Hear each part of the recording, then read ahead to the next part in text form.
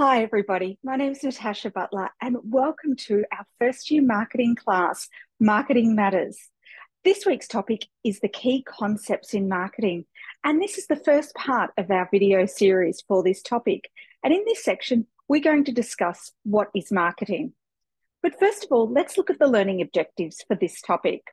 By the time we get to the end of this topic, you'll be able to define marketing and understand the role of marketing in different types of organizations and the broad role of marketing in the community. You'll be able to describe the strategic variables of the marketing mix and the expanded marketing mix. You'll be able to describe how marketing creates value, describe the dynamic environmental factors that impact on marketing activities, understand and explain the marketing concept and different marketing orientations within the firm, and define marketing management and explain the major marketing functions that are part of the marketing management process.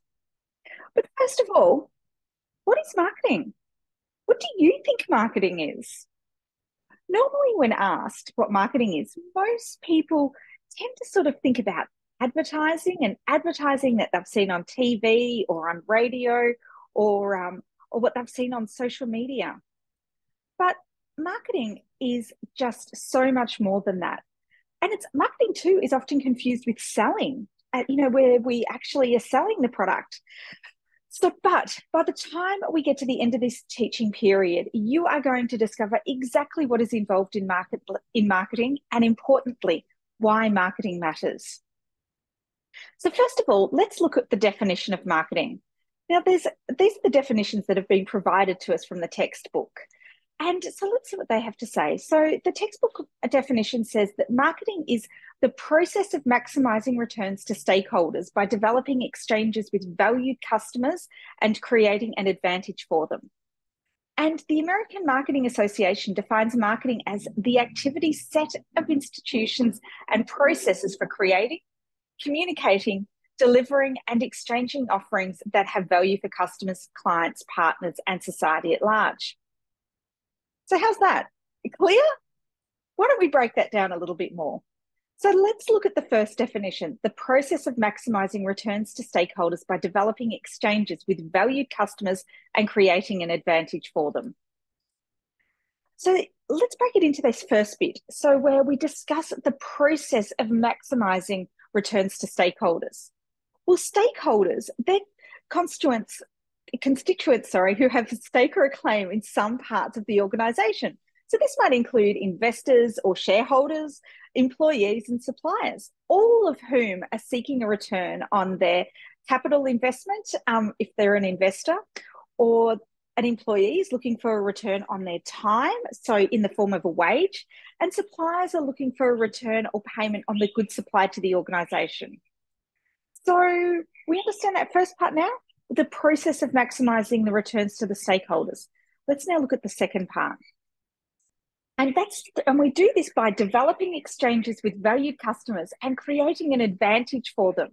Well, the exchange we're talking about here with the customer is the purchase of the product in exchange for cash that creates an advantage for them and for the business. Now, this is really important because for a business to continue to operate, they need to be creating a profit. And they do this by selling goods or services in exchange for money, which then allows the organisation to provide a return to their stakeholders. So if we look at all that together, definition 1 tells us that marketing is the process of creating a return for those that have a stake in our organisation through the sales of goods and services to customers. So now let's look at this second definition by the American Marketing Association, and that's pretty similar. Now, I did have a look for a definition from the Australian Institute of Marketing, but they didn't have one, so we'll have to work with the American one. And I think it's kind of generally pretty universal. But their definition defines marketing as the activity, set of institutions and processes for creating, communicating, delivering, and exchanging offerings that have value for customers, clients, partners, and society at large. Well, the offering in this definition is the good or the services that's produced by the organisation. So pretty similar to the first definition. And this definition is saying it's the activity of creating this offering and the institutions and all of those that are involved in creating the offering and the processes that are involved in creating, communicating, and delivering the offering to other people or to the customers. So it's really important to note here that the offering needs to have value to the other party. When you think about it, you're a customer. You're not going to buy something if you don't see it of value to you. So that exchange needs to have value to that other party. So how does that go? Does that clear things up a little bit more? Well, look, let me assure you, these definitions will make a whole lot more sense as we move through this subject. And as we move through the subject, I really invite you to keep in mind your own personal experiences as a consumer and thinking and trying to relate that back to these definitions as well. But we spoke about having to, as marketers, businesses needing to create a value for exchange for our customers. So let's have a look at customers and marketing, because customers are really, really important to our business. And they're the people that purchase our products.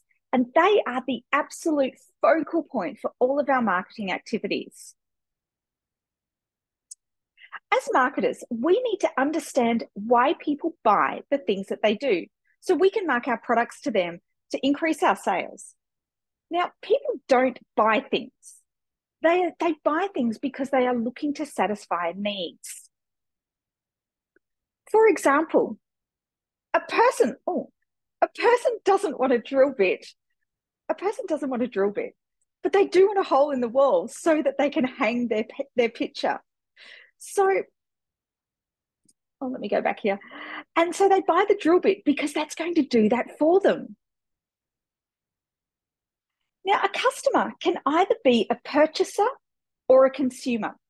Now, the purchaser is the person who actually purchases the product, and the consumer is the person who consumes the product.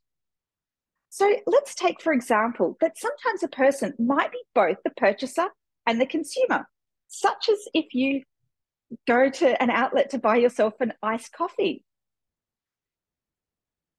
However, let me get my next slide up. However, sometimes the purchaser isn't the person who consumes the product. For example, you've purchased an ice cream for the dog, so you're the purchaser, but the dog is the consumer. So therefore, as marketers, we need to understand who purchases our product and who consumes our product so that we can tailor our product and our messaging to attract the right person. Now, a customer can either be a person or it can be an organization. So when selling to another person, we refer to this as business to consumer or B2C marketing. And when we're selling to another business or organization, we refer to this as B2B or business to business selling. Now, customers regard products as an amalgamation of the entire marketing mix, which is seen in this diagram. The core marketing mix is known as the 4 Ps, and that's made up of the promotion, product, price, and distribution or place of the offering. However, this has been expanded in recent years to include the concepts of partnerships, processes, physical evidence, and people. And we're going to be covering these elements in a lot more detail over the coming weeks and in this session too, because they're going to form a core component of your first written assessment. Now, outside of the marketing mix, we can also see environmental forces, and these can all impact our marketing mix. So these include things such as competitive forces, political forces, legal and regulatory, technological, economic, and socio-cultural forces. And again, we are going to look into those in a little bit more detail too over the coming weeks. So because with those environmental forces, changes in one or all of those elements can change how we as marketers approach the market. So fundamentally, customers expect to gain an advantage or benefit that is more than the price that they have paid for the product. While at the same time, the marketer expects to see improvement in the marketplace by example, maybe with increased share of their market, selling more than their competitor.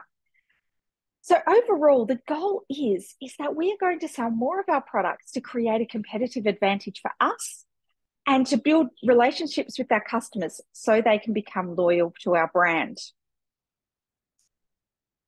But as people, We have similarities, but we also have a lot of differences too. And this can be a little bit challenging for marketers to know how to position and how to communicate about different products and attract the right people to buy their products.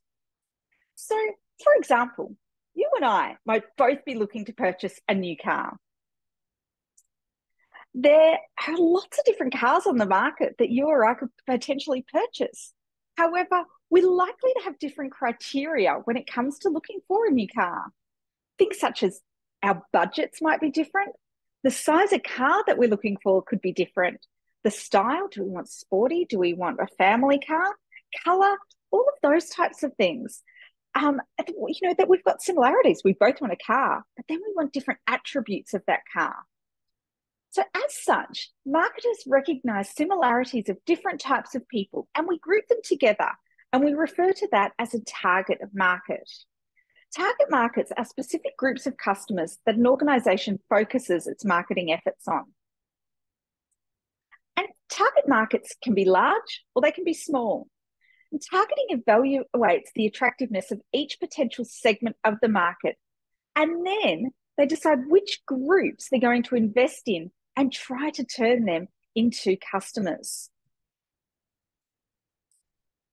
So once that target's been identified, organizations then use appeal to target customers that they've identified by providing attributes that are important to that target through their market research. And we're going to be going into much greater detail on how we go about segmenting the market to determine our ideal market in future classes. But we've spoken about marketing as a core focus to increase sales. But marketing can also be used to achieve other objectives rather than just making a profit for an organization. Marketing creates other offerings that benefit particular segments of society, such as recruiting for the defense or police type forces. Marketing might be used to encourage people to take action, such as to donate blood or to give up smoking. Marketing might be used to inform people of where to go to for support when they need it. Or marketing could be used to raise money for charity. Marketing keep people informed as well. So we use different marketing tactics to inform our community around public health announcements, emergency services announcements, etc.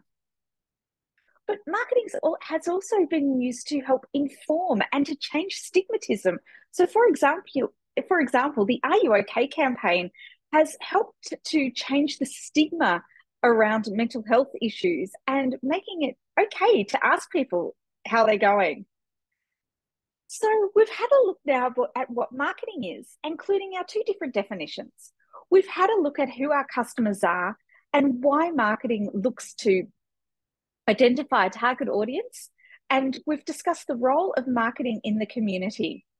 In the next section, we'll examine the marketing mix, and we'll examine the marketing mix and the core principles of marketing.